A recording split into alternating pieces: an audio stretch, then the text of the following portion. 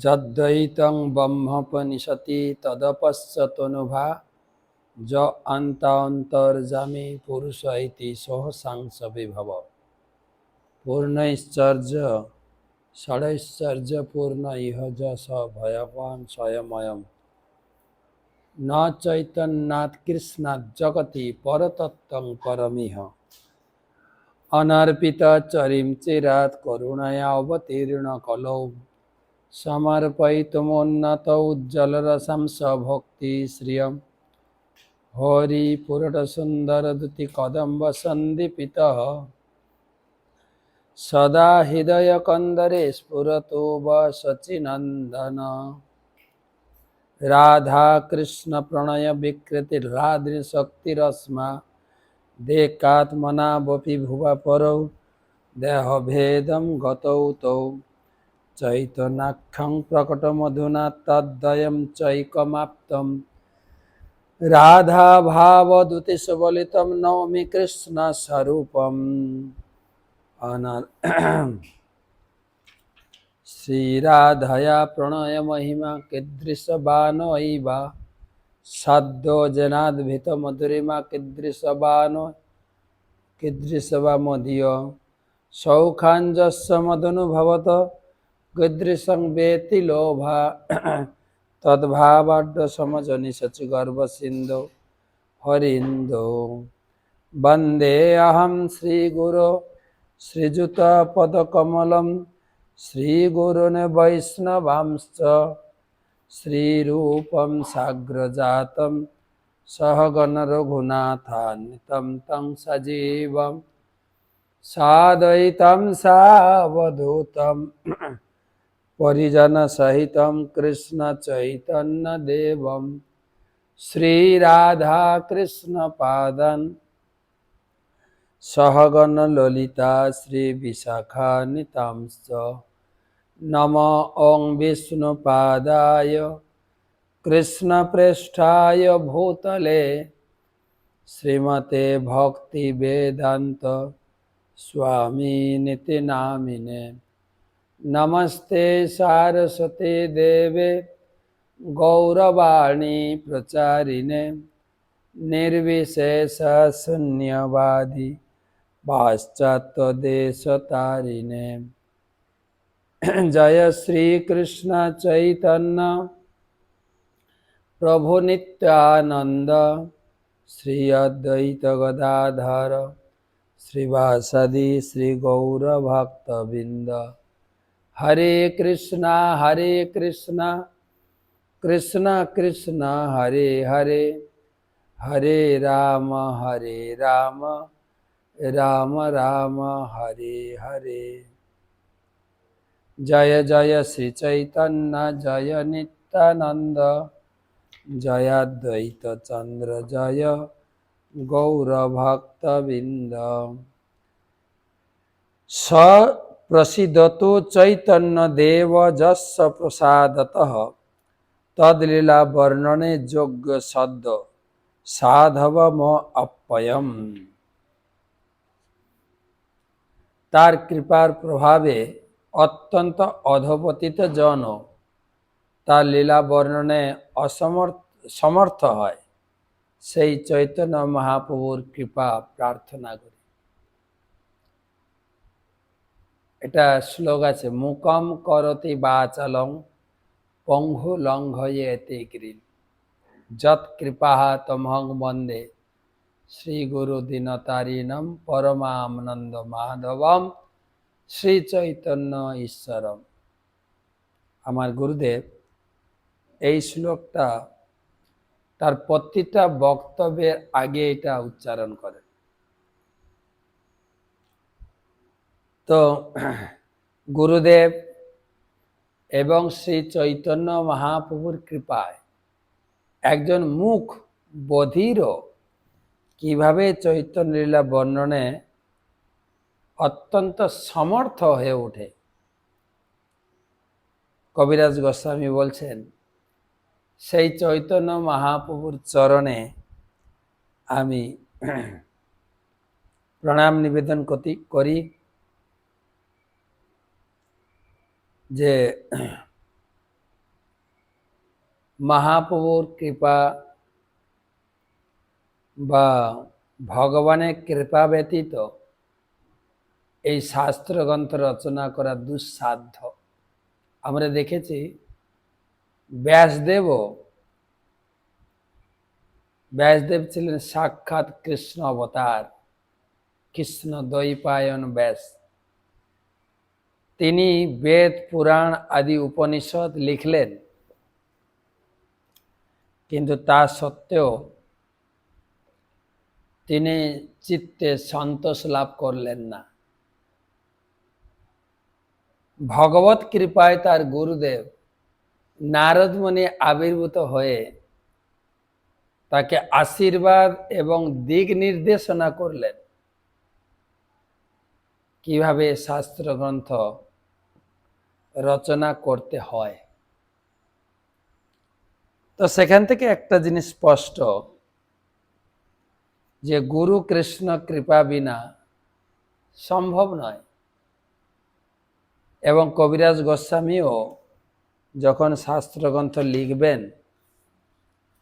বৈষ্ণবদের দ্বারা তিনি অনুগৃহীত হলেন যে আমরা চৈতন্য মহাপ্রভুর শেষ লীলা শুনিতে হয় মন। আমরা এই আদিলীলার অষ্টম পরিচ্ছেদে আমরা পড়েছি, যেখানে কবিরাজ গোস্বামী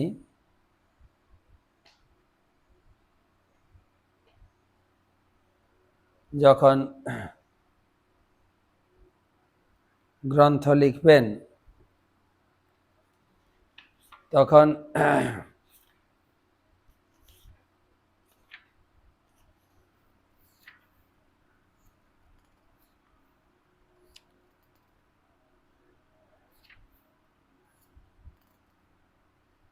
তিনি সেই সব লীলার শুনিতে বিবরণ বৃন্দাবনবাসী ভক্তের উৎকণ্ঠিত মন।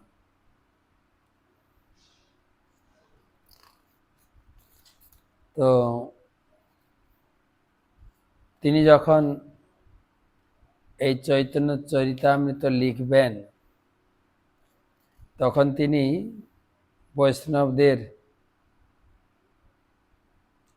বৈষ্ণবের আজ্ঞা পাইয়া চিন্তিত অন্তরে মদন গোপালে গেলাম আজ্ঞা মাগিবারে। যখন বৈষ্ণবরা আবেদন করলেন যে চৈতন্য মহাপ্রভু শেষ লীলা, কেননা বৃন্দাবন দাস ঠাকুর তিনি চৈতন্য ভাগবত বর্ণনা করলেন, বাল্যলীলাটা বেশি করে বর্ণনা করেছেন, কিন্তু শেষের দিকে নিত্যানন্দ লীলা বর্ণনা করতে গিয়ে এই চৈতন্য মহাপ্রভু লীলা বাকি থেকে গেল। দর্শন করি কইলু চরণ বন্দন, গোসাই দাস পূজারি করে চরণ সেবন। প্রভুর চরণে যদি আজ্ঞা মাগিল, প্রভু কণ্ঠ হইতে মালা খসিয়া পড়িল। সব বৈষ্ণবগণ হরিধ্বনি দিল, গোসাই দাস আনি মালা মোরে গলে দিল। আজ্ঞামালা পাইয়া আমার হইল আনন্দ, তাহাই করিনু এই গ্রন্থের আরম্ভ। এই গ্রন্থ লেখাই মোরে মদন মোহন, আমার লিখন যেন সুখের পঠন। এই লিখি মদন গোপাল যে লিখায়, কাষ্টের পুতলি যেন কুহকে নাচায়। তো কৃষ্ণদাস কবিরাজ গোস্বামীও তিনি আচরণ করে দেখিয়েছেন, যখন এই গ্রন্থ লিখতে যাবেন সেই মদন গোপালের আশীর্বাদ নিয়ে লিখেছেন। তবুও লিখেছেন এই গ্রন্থ আমি লিখিনি, মদন মোহন লিখেছে। তো সেই চৈতন্য চরিতামৃত মহাকাব্য আমরা আজকে আলোচনা করব। নতুন অধ্যায়, দশম পরিচ্ছেদ আদিলীলার। এ পর্যন্ত চৈতন্য তত্ত্ব, নিত্যানন্দ, গদাধর, শ্রীবাস অদ্বৈত তত্ত্ব, তাদের শাখা প্রশাখাও বর্ণনা হলো। এখন চৈতন্যদেবের জন্ম লীলা, কি পরিস্থিতিতে, কি নক্ষত্র এবং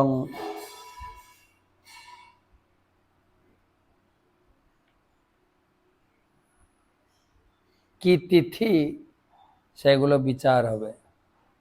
তো শুরু করার আগে গুরুদেবের চরণে প্রণাম নিবেদন করে তার অহেতুকী কৃপা আশীর্বাদ প্রার্থনা করি। নমঃ বিষ্ণুপাদায় কৃষ্ণ পৃষ্ঠায় ভূতলে শ্রীমতে জয়পতাকা স্বামী নীতি নামিনে নম আচার্য পাদায় নিতাই কৃপা প্রদায়িনে গৌর কথা ধামদায় নগর গ্রামতায়।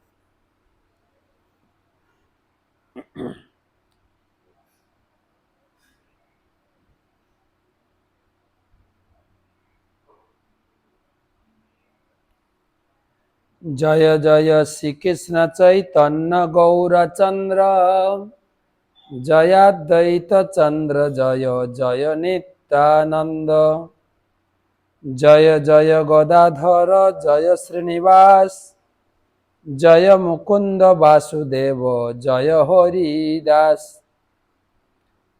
জয় দামোদর স্বরূপ জয় মুরারি গুপ্ত এই সব চন্দ্রদয়ে তম কৈল লুপ্ত জয় শ্রী চৈতন্য চন্দ্রের ভক্ত চন্দ্রগণ সবার প্রেম জ্যোৎস্নায় উজ্জ্বল ত্রিভুবন।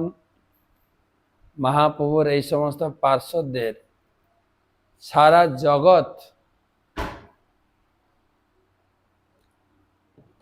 চন্দ্র কিরণে উজ্জ্বল হয়ে উঠেছে। চৈতন্য মহাপ্রভু বলে চন্দ্র। আমাদের মায়াপুরের মন্দিরের নাম হচ্ছে মায়াপুর চন্দ্রোদয় মন্দির। চন্দ্র উদয়, ঠিক মহাপ্রভুর আবির্ভাবটা হয়েছিল চন্দ্র উদয়ের, পূর্ণিমার চন্দ্র উদয়ের সময়। সেই আলোচনা হবে। শ্রীকৃষ্ণ চৈতন্য চরিতামৃত গ্রন্থে কৃষ্ণকে সূর্যের সঙ্গে তুলনা করেছেন। পরম শক্তিমান ভগবান শ্রীকৃষ্ণ বা চৈতন্য মহাপ্রভু। কৃষ্ণ সূর্য সম, মায়া হয় অন্ধকার, যাহা কৃষ্ণ তাহা নাহি মায়ার অধিকার। শ্রী চৈতন্য মহাপ্রভু ভক্তগণ কেবল কলিযুগের অন্ধকার দূর করতে পারেন এবং এই যুগের মানুষের অজ্ঞান অন্ধকার দূর করতে পারেন, অন্য কেউ তা পারেন না। আমি আশা করি কৃষ্ণ ভাবনাতে আন্দোলন সমস্ত ভক্তরা যেন পরম সূর্যকে প্রতিফলন করার মাধ্যমে সমগ্র জগৎ অন্ধকার দূর করেন। শিল প্রভুপাদ আশা করেছেন ইসকন ভক্তরা সারা পৃথিবীতে চৈতন্য মহাপ্রভুকে প্রতিষ্ঠা করে সারা পৃথিবীর অজ্ঞান অন্ধকার দূর করবেন। এই তো কহিল গ্রন্থ রম্ভে মুখ্য বন্ধ, এবে কই চৈতন্য লীলা ক্রম অনুবন্ধ। এভাবে চৈতন্য চৈতন্য গ্রন্থের প্রারম্ভে মুখবন্ধ বর্ণনা করল। এখন ক্রম অনুসারে চৈতন্য মহাপ্রভুর লীলা বর্ণনা করব। প্রথমে তো সূত্ররূপে করিয়ে গণন, পাছে তাহা বিস্তারি করিব বিবরণ। শ্রীকৃষ্ণ চৈতন্য নবদ্বীপে অবতরী, 48 বৎসর প্রকট বিহরি। মহাপ্রভু 48 বছর ছিলেন। 1407 জন্মের প্রমাণ, 1455 হইল অন্তর্ধান। 24 বৎসর প্রভু কইল গৃহবাস, নিরন্তন কইল কৃষ্ণ কীর্তন বিলাস। 24 বৎসর শেষে করিয়া সন্ন্যাস, আর 24 বৎসর কইল নীলাচলে বাস। তার মধ্যে 6 বৎসর গমনাগমন, কভু দক্ষিণ কভু গৌড় কভু বৃন্দাবন। অষ্টাদশ বৎসর রহিলা নীলাচলে, কৃষ্ণ প্রেম নামামৃতে ভাসালো সকলে। গার হস্তে প্রভুর লীলা, আদি লীলাখ্যান, মধ্যান্ত লীলা শেষ, লীলার দুই নাম। তো মহাপ্রভু টোটাল 48 বছর ছিলেন। 24 বছর নবদ্বীপে গৃহস্থ এবং বাল্যলীলা, তারপরে সন্ন্যাস গ্রহণ করে 24 বছরের 18 বছর তিনি পুরীতে ছিলেন, আর 6 বছর গমনাগমন। তিনি দক্ষিণ ভারত গেছেন, তিনি বৃন্দাবন গেছেন এবং তিনি রামকেলি এসেছেন। তো আদি লীলা মধ্যে প্রভুর যতেক চরিত, সূত্র রূপে মুরারি গুপ্ত করিলা গ্রথিত। মুরারি গুপ্তের কর্চা, যে মুরারি গুপ্ত মহাপ্রভুর বাড়ির পিছনেই তার বাড়ি ছিল, তিনি ছিলেন মহাপ্রভু থেকে বয়সে বড়, তিনি ছিলেন হনুমানের অবতার। তো সেই মুরারি গুপ্ত মহাপ্রভুকে রামচন্দ্র রূপে সবসময় দর্শন করত।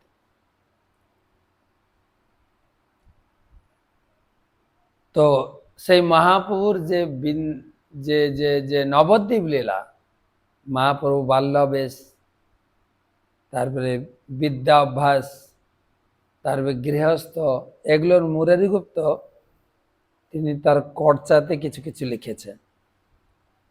প্রভুর যে শেষ লীলা স্বরূপ দামোদর, সূত্র রূপে গথিলেন গ্রন্থের ভিতর। আর শেষ লীলা মানে সন্ন্যাস গ্রহণের পরে যা যা ঘটনা, তো সেগুলো স্বরূপ দামোদর গোসাই তিনি কিছু কিছু নোট রেখেছেন। এই দুই জনের সূত্র দেখিয়া শুনিয়া, বর্ণনা করেন বৈষ্ণব ক্রম যে করিয়া। আমার গ্রন্থের উৎস হচ্ছে এই দুটো, মুরারি গুপ্তের কর্চা আর স্বরূপ দামোদরের কর্চা। আর মহাপ্রভু পার্ষদ বৈষ্ণবগণের কাছ থেকে যা যা শুনেছি তার ভিত্তিতে আমি লেখার চেষ্টা করেছি, যাতে বৈষ্ণবগণের চিত্তে আনন্দ উদ্বেলিত হয়।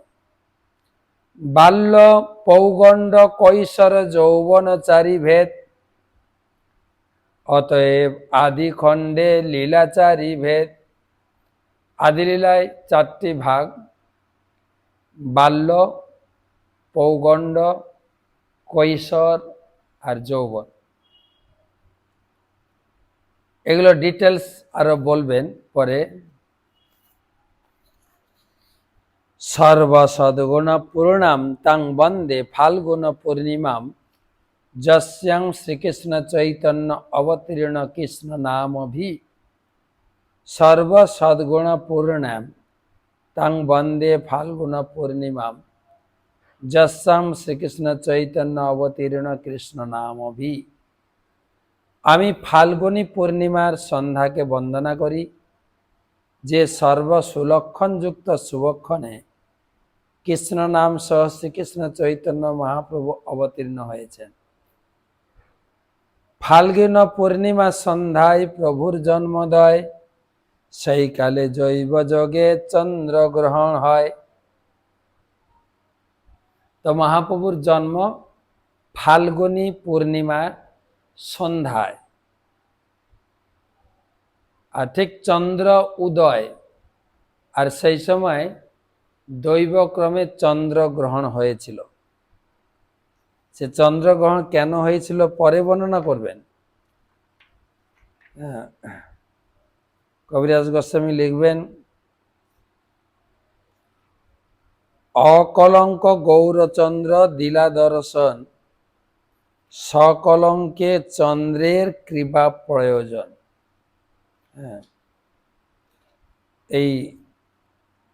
এই বইয়ের শেষের 91 শ্লোকে অকলঙ্ক গৌরচন্দ্র দিলা দর্শন, সকলঙ্কে চন্দ্রে আর কোন প্রয়োজন। এত জানি রাহু কইল চন্দ্রের গ্রহণ, কৃষ্ণ কৃষ্ণ হরি নামে ভাসে ত্রিভুবন। কথাটার মানে হচ্ছে এই গৌরচন্দ্র হচ্ছে অকলঙ্ক, তার জীবনে কোনো কলঙ্ক নাই। তা যেই অকলঙ্ক গৌরচন্দ্র এই জগতে আবির্ভূত হয়েছেন, উপরে যে চন্দ্র আছে, ধরুন গতকালকে একাদশী গেছে, আজকে দ্বাদশী, ত্রয়োদশী, চতুর্দশী, পূর্ণিমা। পূর্ণিমাতে পূর্ণ চন্দ্রের উদয়। যেই সন্ধ্যার সময় গৌরচন্দ্র আবির্ভূত হয়েছেন, আকাশের চন্দ্র লুকিয়ে গেছে। কেন না, এই গৌরচন্দ্রের কোনো কলঙ্ক নাই,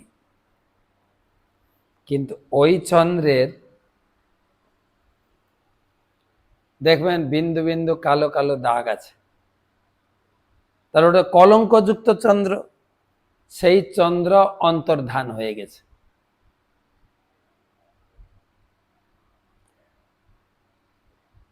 কিন্তু এর পিছনে আরেকটা যুক্তি হচ্ছে, যেই চন্দ্র গ্রহণ হয়েছে, সারা বাংলায় একটা ধ্বনি উঠেছে, হরি কৃষ্ণ, হরি হরি বলে লোক, হরষিত হইয়া জন্মিলা চৈতন্য প্রভু নাম জন্মাইয়া। মহাপ্রভুর জন্ম থেকে হরি কৃষ্ণ গোবিন্দ মুরারি সব এই হরে কৃষ্ণ মহামন্ত্র ধ্বনি তুলে সব যাচ্ছিলেন গঙ্গায় স্নান করতে। তো মহাপ্রভুর জন্মের সঙ্গে সঙ্গে তিনি হরিনাম নিয়ে জন্মগ্রহণ করেছেন। জন্ম বাল্য পৌগণ্ড কৈশোর যুবাকালে, হরিনাম লওয়াইল প্রভু নানা ছলে। নানা ছলে জন্ম, বাল্য, পৌগণ্ড, কৈশোর, কৈশোর পর্যন্ত যেভাবেই হোক লোককে দিয়ে তিনি হরিনাম করাতেন। কখনো মায়েদের কোলে কান্না করতেন, বাল্যভাব ছলে প্রভু করেন ক্রন্দন, কৃষ্ণ হরি নাম শুনি রহে হয়ে রোদন। ছোটবেলায় তিনি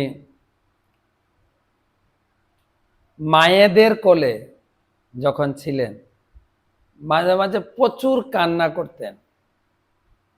আর কান্না করার সময় কোনো কিছুতে তার কান্না থামতো না।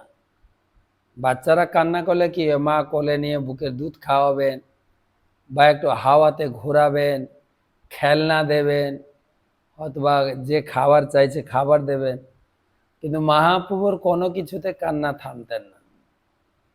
যখন সবাই হাততালি দিয়ে কীর্তন করতেন, তখন কান্না থেমে যেত।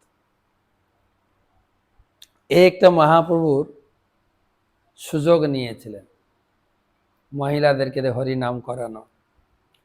অতএব হরি হরি বলে নারীগণ, দেখিতে আইসে যেবা সর্ববন্ধুজন। যখন কান্না করতেন, তখন তাকে বন্ধু ভাবাপন্ন সমস্ত মহিলারা হরি কৃষ্ণ বলে তার কান্না থামাতেন। হাততালি দিয়ে হরি কৃষ্ণ বললে শিশু নিমায় খিলখিল করে হাসতেন। এই ছিল একদম জন্ম থেকে তার হরি নাম প্রচার।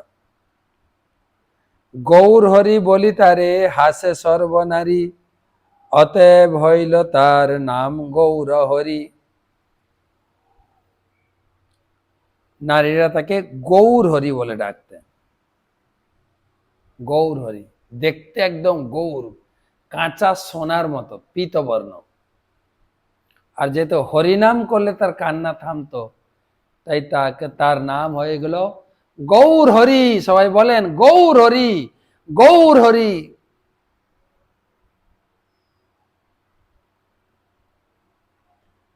বাল্য বয়স যাবৎ হাতে খড়ি দিল, পৌগণ্ড বয়স যাবৎ বিবাহ না হইল।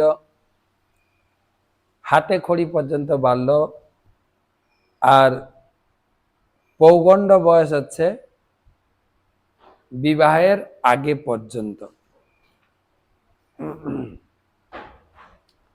বিবাহ করিলে হইল নবীন যৌবন, সর্বত্র লয়া হইল প্রভু নাম সংকীর্তন। তারপরে নবীন বয়সে তিনি বিয়ে করলেন, আর সর্বত্র, তখন তো আপনার বাংলাদেশও ভারতের অংশ ছিল, ভারতের সঙ্গে যুক্ত ছিল। তিনি বাংলাদেশেও গেছেন নাম সংকীর্তন প্রচারের জন্য। প্রথম বিয়ে করে লক্ষ্মী প্রিয়াকে বিয়ে করে তিনি গেলেন, প্রায় 2 মাস বাংলাদেশে প্রচার করেছেন। পৌগণ্ড বয়সে পড়ান শিষ্যগণে, সর্বত্র করেন কৃষ্ণ নামেরও ব্যাখ্যানে। তিনি বিয়ের পরে ইনকাম করতে হবে না, তিনি তো ব্রাহ্মণ, না চাকরি করবেন না ব্যবসা করবেন। তাই ছোটবেলায় তিনি যা ব্যাকরণ শিখেছেন, সেই ব্যাকরণের শিক্ষা পাঠ পড়াতেন। সেইখানে শিষ্যরা যা দক্ষিণা দিতেন তাই দিয়ে মহাপ্রভুর সংসার চলত। এই ছিল মহাপ্রভুর ইনকাম। পৌগণ্ড বয়সে পড়ান শিষ্যগণে, সর্বত্র করেন কৃষ্ণ নামের ব্যাখ্যা। ব্যাকরণ পড়াতেন আর এই কৃষ্ণ নামের ব্যাখ্যা করতেন, কেন কৃষ্ণ নাম করবেন। আজকে আমরা দেখছিলাম, কাল থেকেই আমাদের বড় প্রস্তুতি পর্ব চলছিল। আমাদের নবনির্বাচিত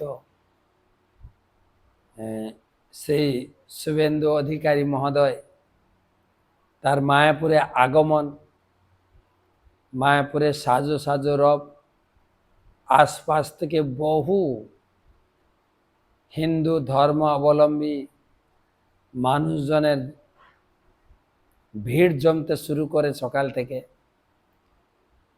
শ্রী শুভেন্দু অধিকারী প্রায় 11টা 15 দিকে ল্যান্ড করেন, এবং ল্যান্ড করে তিনি সরাসরি গোশালা, আজকে দ্বাদশী তিথিতে তিনি এসে আমাদের গোশালায় যজ্ঞ অনুষ্ঠান, ভগবান শ্রীকৃষ্ণ যেরকম বৃন্দাবনে গোশালা গো বৃদ্ধি করার জন্য তিনি গোশালা গাভীদের উদ্দেশ্যে, দেবতাদের প্রীতিবিধানের উদ্দেশ্যে যজ্ঞ করেছেন, এবং সেই যজ্ঞ, তারপরে গো পূজা, তিনি নিজে যজ্ঞে আহুতি দিলেন এবং গো পূজায় অংশগ্রহণ করলেন। নিজে হাতে গায়ের পূজা করলেন, প্রথমে চরণ ধৌত করলেন, তারপরে গাভীর দেহ মার্জন করলেন, এবং পূজা করার পরে নিজে হাতে গাইকে খাওয়ালেন চারা ঘাস। ভগবান কৃষ্ণ জগতে দেখিয়েছেন যে গো পূজার মাধ্যমে সমাজের সমৃদ্ধি, গো ব্রাহ্মণ হিতায়চ, গাভী এবং ব্রাহ্মণদের যদি সম্মান করা হয় তাহলে সমাজের সমৃদ্ধি লাভ হবে। বর্তমান পরিকাঠামো চারিদিকে ব্রাহ্মণ সংস্কৃতি প্রায় লুপ্ত হতে যাচ্ছিল। তা আমাদের মাননীয় মুখ্যমন্ত্রী সেই ব্রাহ্মণ সংস্কৃতির পুনরুদ্ধার করছেন। গো ব্রাহ্মণ হিতায়চ, গাভী এবং ব্রাহ্মণদের হিতকারী রাজশক্তি যদি তাতে যুক্ত হয় তাহলে সমাজের উন্নয়ন, সমৃদ্ধি, বিকাশের দিকে অগ্রগতি লাভ করবে। তা আমরা দেখছিলাম বর্তমান ভারত সরকার, রাজ্য সরকার এই ব্রাহ্মণ্য সংস্কৃতির মর্যাদা বিকাশের লক্ষ্যে তাদের যে প্রয়াস, এটা সর্বসম্মতি সর্বলোকের সম্মানীয় এবং প্রশংসনীয়। গো ব্রাহ্মণ আদি পূজা করার পরে তিনি প্রায় কত বলবো 500 মিটার পায়ে হেঁটে হেঁটে দুপাশে সারি সারি হিন্দু ধর্মাবলম্বী লোকদের শুভেচ্ছা জানিয়ে তাদের শ্রদ্ধাগ্র গ্রহণ করে তিনি চললেন মন্দিরে, পুজো দিলেন। প্রথমে আমাদের ইস্কন প্রতিষ্ঠাতা আচার্য শিল প্রভুপাদের চরণে পুষ্পাঞ্জলি, শ্রদ্ধাগ্র এবং প্রণাম নিবেদন করলেন। তারপরে শ্রী শ্রী রাধা মাধব সখীদের পুজো, পুষ্পাঞ্জলি, পূজা, প্রার্থনা নিবেদন এবং দণ্ডবত প্রণাম করলেন।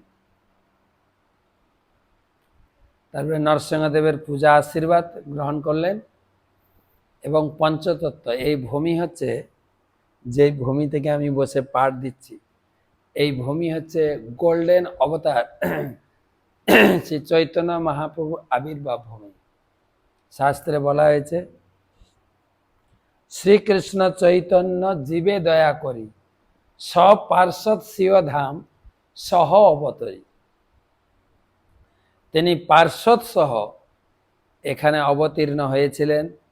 সেই অপ্রাকৃত ভূমি গঙ্গার বাতাসে যা মুগ্ধ এই নবদ্বীপ ধাম, এবং সেই বাতাবরণ, গঙ্গার হাওয়ার বাতাবরণ, স্নিগ্ধ শীতল ছায়ায় শ্রী রাধা মাধবের যে পুজো হচ্ছে, তাতে শ্রী শুভেন্দু অধিকারী তাতে অংশগ্রহণ করলেন। দুপুরে রাজভোগ আরতি, নিজে হাতে আরতি করলেন, পূজারীর সাথে সাথে নিজে আরতি করলেন এবং পূজারীদের কাছ থেকে ভগবানের আশীর্বাদ গ্রহণ করে জগতের উদ্দেশ্যে, জনগণের উদ্দেশ্যে তিনি শুভেচ্ছা বাণী প্রদান করলেন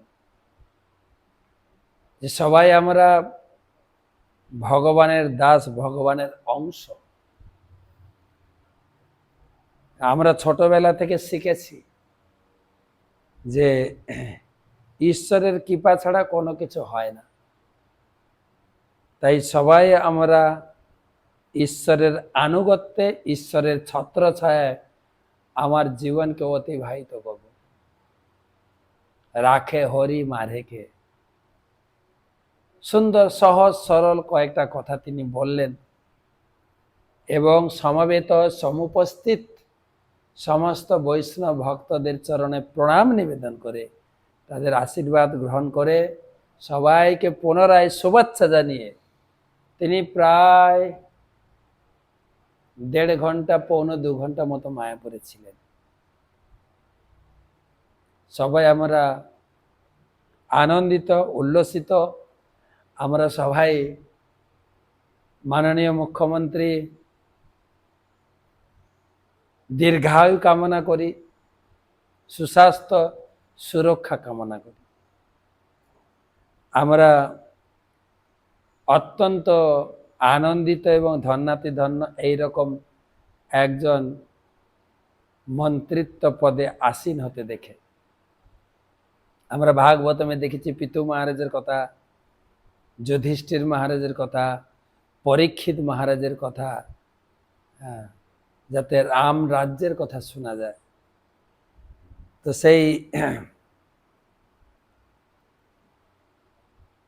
শুভেন্দু অধিকারীর আগমন মায়াপুরবাসী, আশেপাশে নবদ্বীপবাসী সকলে অত্যন্ত আনন্দিত, পুলকিত, হর্ষিত।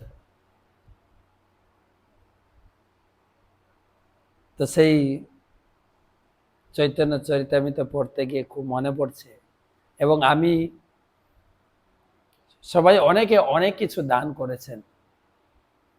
আমি একখানা চৈতন্যদেবের জীবনী চরিত্র, 1 সেট চৈতন্য চরিতামৃত ওনার হাতে দিলাম। এবং আমি সন্ন্যাসী, আমি কি দিতে পারি? অনেকে তো অনেক কিছু উপহার প্রদান করেছেন, ব্যাগ ভর্তি, জুড়ি ভর্তি। আমি দিলাম হরিনামের নামাবলী চাদর আর চৈতন্য চরিতামৃত গ্রন্থ। তিনি সাদরে গ্রহণ করেছেন এবং তিনি বললেন, মহারাজ আপনাকে তো আমি চিনি। আমি বললাম, আমি আপনার বাড়ির পাশাপাশির গ্রামেরই বাসিন্দা, আমরা একই জেলার লোক, পূর্ব মেদিনীপুর। আমার বাড়ি এগরা, ওনার বাড়ি কাঁথি। তো হার্ডলি এই 25-26 কিলোমিটার দূরত্ব। তো অনেক দিন ধরেই এই লোকাল সূত্রে পরিচয়, উনিও আমাকে চেনেন। যাই হোক, সেই চৈতন্য মহাপ্রভুর কৃপা লাভ করে গেলেন। যদিও গত ফেব্রুয়ারি মাসে তিনি এসেছিলেন আমাদের স্বরাষ্ট্রমন্ত্রী অমিত শাহর সঙ্গে, তখন তো এক প্রকার বিরোধী দলনেতা হিসাবে এসেছিলেন, কিন্তু এবারে তিনি এসেছেন পশ্চিমবঙ্গের দায়িত্বশীল মুখ্যমন্ত্রীর পদ হাসিল করে তিনি এসেছিলেন।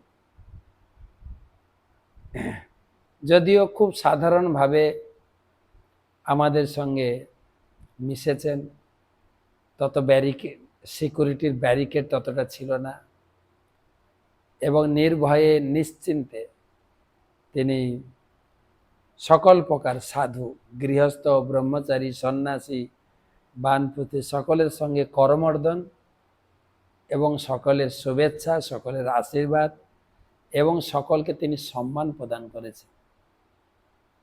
এবং তিনি এই আশ্বাসবাণী দিয়েছেন, আপনাদের ভগবত ভক্তি বা ভগবানের সেবায় যদি আমি কিছু সাহায্য করতে পারি, নিজেকে ধন্য বলে মনে করব। আমি এবং আমার দল আপনাদের পাশে, আপনাদের সেবার জন্য সব সময় উদগ্রীব রয়েছে। তা আমাদের এখানে পার্শ্ববর্তী এমএলএ তারাও এসেছিলেন। যদিও কয়েকদিন আগে পুরো নদিয়া জেলার এমএলএ সবাইকে সম্বর্ধনা দেওয়া হয়েছে, তো কিছু কিছু এমএলএ যেরকম শ্রুতিশেখর গোস্বামী, আমাদের এই এলাকার এখানকার বিধায়ক, তিনি ছিলেন খুব শান্ত প্রকৃতির লোক, সাধু। তার সঙ্গেও রাস্তায় দাঁড়িয়ে দাঁড়িয়ে আলাপ আলোচনা হলো। আমরা সব একসঙ্গে ছিলাম, যজ্ঞে ছিলাম পুরোটা। তারপরে যখন তিনি সব বিদায় নেন, সেই বিদায়কালীন ওনাকে হেলিকপ্টারে তুলে দেওয়ার দায়িত্ব, মানে তুলে দেওয়া পর্যন্তই আমাদের দায়িত্ব ছিল, এবং সিকিউরিটি প্রোটোকল মেনে আমরা সেটা করেছি। তো খুব খুব আনন্দ মনে হচ্ছিল, আনন্দ পাচ্ছিলাম, একদম করমর্দনও করলাম খুব কাছাকাছি।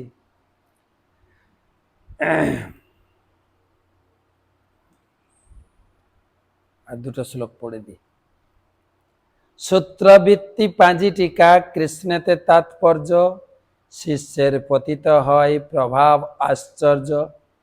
চৈতন্য মহাপ্রভু যখন শিষ্যদের ব্যাকরণ পড়াতেন, তখন তিনি সবকিছুর মধ্য দিয়েই তাদের কাছে শ্রীকৃষ্ণের মহিমা ব্যাখ্যা করতেন। ব্যাকরণ ব্যাখ্যা করতেন, কিন্তু তার উদ্দেশ্য ছিল শ্রীকৃষ্ণের মহিমা। পড়ার সমস্ত বিষয় ছিল কৃষ্ণকেন্দ্রিক, এবং তার শিষ্যরা অনায়াসে তা বুঝতে পারতেন। এভাবেই তার প্রভাব ছিল আশ্চর্যজনক। চৈতন্য ভাগবতমে বৃন্দাবন দাস ঠাকুর লিখেছেন, আবিষ্ট হইয়া প্রভু করেন ব্যাখ্যান, সূত্রবৃত্তি টিকার সকল হরিনাম। প্রভু বলে সর্বকাল সত্য কৃষ্ণ নাম, সর্বশাস্ত্রে কৃষ্ণ বই না বলয়ে আন। হত্যা কর্তা পালয়িতা কৃষ্ণ সে ঈশ্বর, অজ ভব আদি সব কৃষ্ণের কিঙ্কর। কৃষ্ণের চরণ ছাড়ি যে আর ব্যাখানে, বৃথা জন্ম যায় তার অসত্য বচনে। আগম বেদান্ত আদি যত দর্শন, সর্বশাস্ত্রে কহে কৃষ্ণ পদে ভক্তি ধন। সব জায়গায় শাস্ত্রের প্রতিটি শ্লোকে কেবল কৃষ্ণ সম্বন্ধে আলোচনা করা হয়েছে। যারে দেখে তারে কহে লহ কৃষ্ণ নাম, কৃষ্ণ নামে ভাসাইল নবদ্বীপ গ্রাম। এই দীক্ষা নেওয়ার পরে মহাপ্রভু শুধু কৃষ্ণ নাম, হা কৃষ্ণ কোথা কৃষ্ণ, সারা নবদ্বীপে তিনি কৃষ্ণ নামের সূচনা দিতেন। সারা নবদ্বীপ, প্রভুপাদ লিখেছে নবদ্বীপ মানে 9টা দ্বীপে গঠিত নবদ্বীপ। সীমান্ত দ্বীপ, গোদ্রুম দ্বীপ, মধ্যদ্বীপ, কলদ্বীপ, ঋতুদ্বীপ, জন্মদ্বীপ, অন্তর্দ্রুম দ্বীপ, রুদ্রদ্বীপ এবং অন্তর্দ্বীপ। এই সমস্ত দ্বীপে শ্রী চৈতন্য মহাপ্রভু নবীন বয়সে ভক্তগণ সহ সংকীর্তন করতেন। এভাবে তিনি কৃষ্ণ প্রেমের বন্যায় সমস্ত নবদ্বীপকে প্লাবিত করছিলেন। তো আজকে এই পর্যন্ত থাক। তো পরের বৃহস্পতিবার আবার 31 শ্লোক থেকে পড়ব। শুভরাত্রি। চৈতন্য মহাপ্রভু কি জয়।